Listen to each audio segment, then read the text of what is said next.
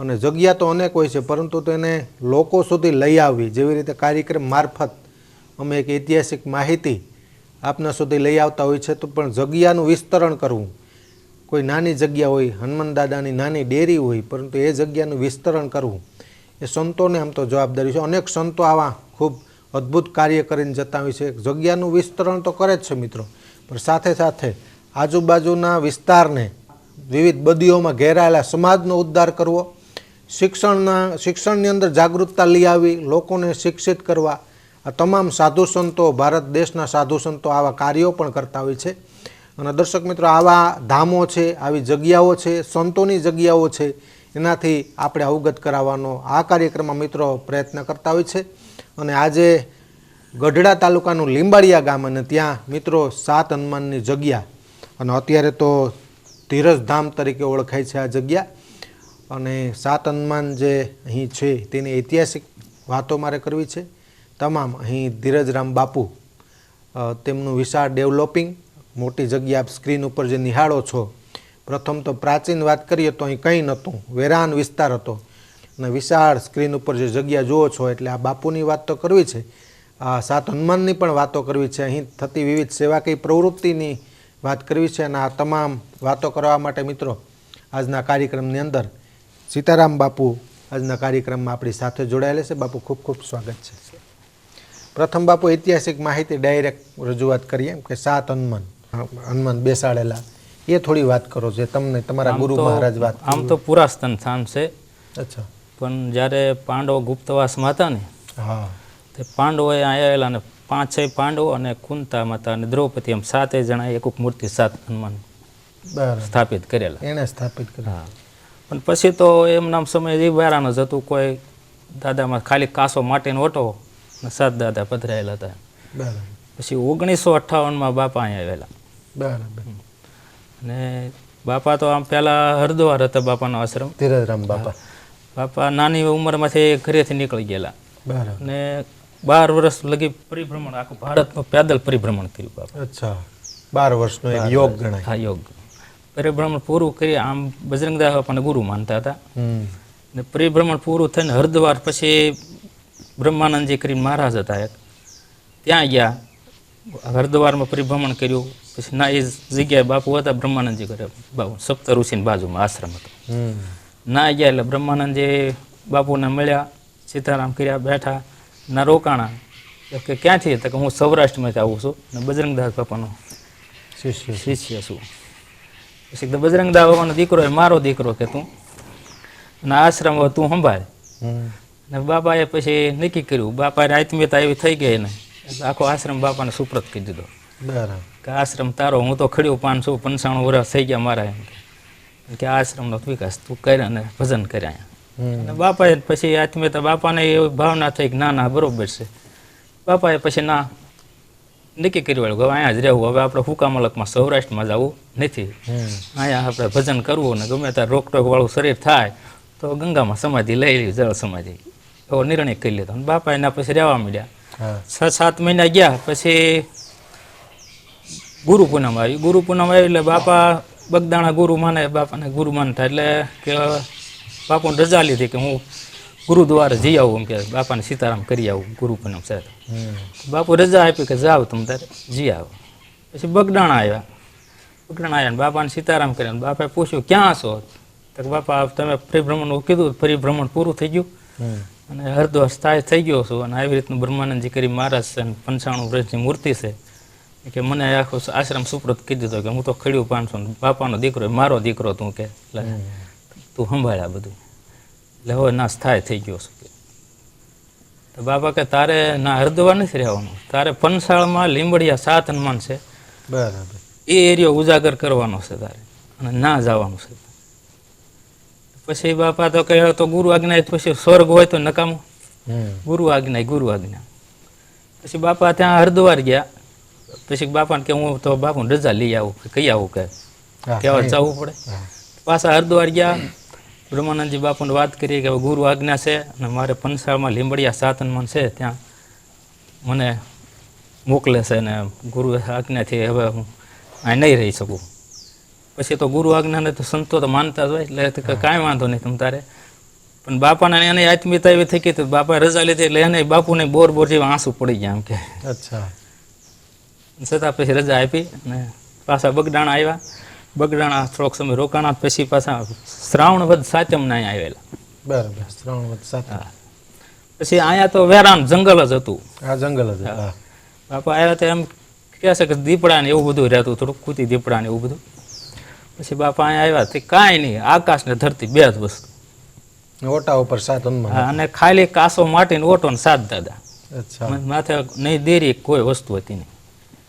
ને બાપાએ પછી આવીને શૂન્યમાંથી સર્જના જંગલમાં મંગલ બનાવ્યું. બરાબર. મોટી વિશાળ જગ્યા બને. ને તે આ બાપા આવ્યા તે તો બહુ બાપાને તકલીફ વેઠવી પડી હતી. કારણ કે ડફેર લોકો ને ડાકુ ને બધા ડુંગરમાં રહેતા હતા અને આ એરિયો આખો શિકારનો ને એવું હતું બધું વધારે. બાપા અહીંયા રહેતા ને બાપા બારામાં નીકળ્યા એટલે શિકાર કરતા હતા. બાપા કહે હે એટલે આમ ક્યાંય શિકાર કરશો તો હરાવટ નથી તમારી કે. તઈ કાંઈ બોલ્યા નહીં. પછી વૈયા ગયા. પછી રાતે આવ્યા. રાતે એ નક્કી કરીને આવેલા કે આજ બાપુ હે ને કે બાવાને કાઢી મૂકવો છે અને કાં જો હામો થાય ને તો ઉપાડ લેવો છે. હાંડિયા ને મોટી સુરબી એટલે બિરજીસ પહેરેલી ને માથે બાંધેલા ને મોઠા ડાકુ બધા ઓલા ડફેર લોકોને બધા.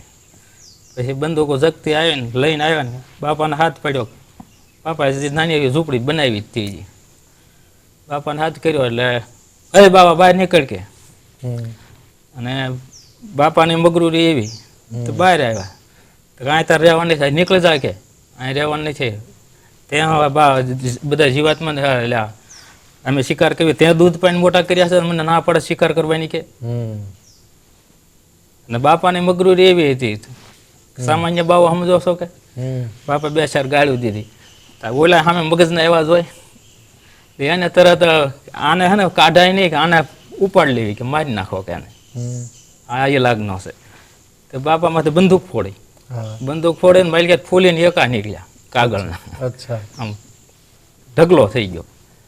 એટલે પછી તો બાપાને પગમાં પડી ગયા કે બાપા તમે તો અમારા પીર છો. નાથી પછી બાપાએ કીધું કે દાદા પાસે બંદૂકો ભાંગી નાખી. બંદૂકો ભાંગી નાખી. હા, અને આખું પરિવર્તન જ તે એવડાને તો પછી સહેજ ટકોરની જરૂર હોય એવા માણસને આખું પરિવર્તન. આમ આખું ગામ અત્યારે કુંડળ, પેલા કાળે કુંડળ કહેવાય, અત્યારે કૃષ્ણ કુંડળ. ત્યારે રાતના 2 વાગે બેન દીકરી અહીં નીકળે તો કોઈ ઉપાધિ નહીં. પરિવર્તન. અને કુરિવાજે હતા બધા ઓલા માતાજીને બોકડા સળે એવું બધા હતા. એ બાપા એમ કહેતા હતા કે આપણા ઘરે મરણ થઈ ગયું હોય તો આપણા મઢ હોય તો નાથી 12 દિવસ કે 21 દિવસ માતાજીને સૂતક લાગે છે. તો આપણે જ અહીંયા તમે આ મૃત્યુ કરો તો માતાજી શાની રહે એમ. તમે માતાજીને ક્યાં જ ચડે આપે. માતાજીને તો લાપસી ને જ હોય એમ કે માતાજીને સામું તમે એ વધ કરો એટલે સૂતક લાગે. એટલે આવા બધા કુરિવાજો હતા એમાંથી બધી મુક્તિ કરી. ધીરજરામ બાપુનું આ એક અનેક સમાજ પરિવર્તનના કાર્યો. હા, શિક્ષણની બાબતમાં જાગૃતતા. હા, શિક્ષણમાં આપણે દર શનિવારે અહીંયા ધૂન રાખતા હતા. અચ્છા. સહેજ ચાલુ હજુ ચાલુ છે. પછી હનુમાન ચાલીસા બોલે પહેલા. એટલે હનુમાન ચાલીસા પછી બાબા કોઈ બોલતા નથી કે આપણે હનુમાન ચાલીસાની પુસ્તિકા લઈ આવી. પછી બધાને હનુમાન ચાલીસાની પુસ્તિકા આપી કે બધા બોલવાનું તમારે હનુમાન ચાલીસા પાછળ. પણ તોય કોઈ બોલ્યા નહીં. અચ્છા. પછી પેલા કેમ બોલતા બાપા કેમ ભણેલા નથી કે. બરાબર. તો બાપા પછી બીજા શિક્ષકોને આવતા હતા કે બાપા તો કે આવડાને રાતે કે ભણતર ચાલુ કરવી તો આપણે. તો બાપા કે પાકલ ગળે કાંઠા ન ચડવા આની પ્રજાનું કંઈક કરવી કે. પછી બાપા 1995માં સ્કૂલ ચાલુ કરી, સ્થાપના કરીને ચાલુ. અને વિના મૂલ્ય સ્કૂલ, મફત. હા, કોઈ જાતનો વાલીને ખર્ચો નહીં. ખાવું પીવું રહેવું ભણવું ચોપડા પુસ્તક 2 જોડે અહીંથી યુનિફોર્મ ને બધું અહીંથી આપવામાં આવે છે. હજુ ચાલુ જ છે. હા, હા, ચાલુ જ છે હજી રાબેતા મુજબ. બરાબર. 30 વર્ષથી ટૂંકમાં તો. હા, 30 વર્ષથી. ને દાદાનો એવા ગમે માનતા આવે, દાદાને માના એમ કે અમારું કામ થાય એટલે માનતા કરે એટલે થઈ જાય એનું કામ. માનતા લે ને ગમે એ કાર્ય હોય આ અમારું થઈ જાય તો દાદાને કે શ્રીફળ વધીશું કે થાળ કરશું એવા તો ઘણા કામ દાદાને કરેલા. બાપાને અત્યારે માનતા આવે છે સમાજે. બાપાને માનતા કરે કે અમે બાપા તમને સમાજ એક શ્રીફળ વધીશું અમારું આમ થઈ જાય તો એના પણ કામ થાય છે. વાહ. બાકી કાર્યક્રમો અને અમારે અહીંયા બાપા હતા ને તો એક ગાય હતી ગઢી, દાંત બાંત બધું પડી ગયેલા ને. ત્યાં રહેતી હતી, ત્યાં રહેતી પછી બાપા કે આને હાસવો કહે. અચ્છા પછી રોજ પાણી એને નીણ લાવે એને એવું બધું કરે ને માથે ગોદડું ઓડાડે ને ઝૂલ બનાવડાવીને એવું કર્યું. પછી બાપા કે આ ગાય તો હાસવી પણ કે હવે હે ને કે આપણે ગૌશાળા બનાવો. બરાબર. પછી બાપાના આદેશી ગૌશાળા બાપાએ બનાવડાવી. એ ગાય જીવે ને ત્યાં લગી રહે એની સમાધિ આપણે આપી. અત્યારે 45 નાના મોટા ગૌશાળા બરાબર. જગ્યાની ગૌશાળા છે. બરાબર. અને અહીં તમે બાપુના શિષ્ય હતા કે? હા. અચ્છા. તો તમે જગ્યા હા. મહાન પછી મને મહાન તરીકે રાખ્યા. હમ. ને બીજા હિંમતભાઈ છે અચ્છા. એ કાર્યકરમાં છે. બરાબર. બધી કાર્ય કરે. હા, આખા આશ્રમનો વહીવટ હિંમતભાઈ કરે. બરાબર. ને મહંતની જગ્યા મને આપી બાપાએ. બરાબર. તો આ ગુરુ પૂર્ણિમે જાહેર બધું પ્રોગ્રામ હતો ને એમાં સાદર વિધિ સાદર વિધિ કરેલી અને હિંમતભાઈને આ કાર્ય વહીવટ બધો આપેલો. બરાબર. અને હિંમતભાઈને અહીં 42 વસ્તી છે. બરાબર. અહીંના સેવક સમુદાયમાં આજુબાજુના ગામનો શોખીની ટીમ આવે કે સેવા? હા, સેવાની અત્યારે ફરતા ગામની ટુકડીઓ છે. અમારે 45 ટુકડી છે. રોજ એક ટુકડી આવે, સવારે આવે અને સાંજે વ્યા જાય. બરાબર. ગમે એ સેવાનું કાર્ય હોય બતાવો એટલે કરે. 10-12 જણા કાયમ આવે. બાકી બધી જમવા રોકાવાની હા, વ્યવસ્થા બધી વ્યવસ્થા અહીંયા છે. હા, અન્નક્ષેત્રે ચાલુ આપણે ગમે આવ્યો જમે હરિહર ચાલુ. બરાબર. હવે લોકોને આવવું હોય તો બાપુ પ્રથમ એક પ્રશ્ન લઈ લે. કદાચ એડ્રેસ આપવામાં ભૂલ હોય, મેં તો ફક્ત ગામનું નામ આપ્યું છે લીંબડિયા. હવે આ જગ્યા એક્ઝેક્ટ ક્યાં આવેલી છે ને કઈ બાજુથી આવી શકાય એ થોડીક વાત કરજો.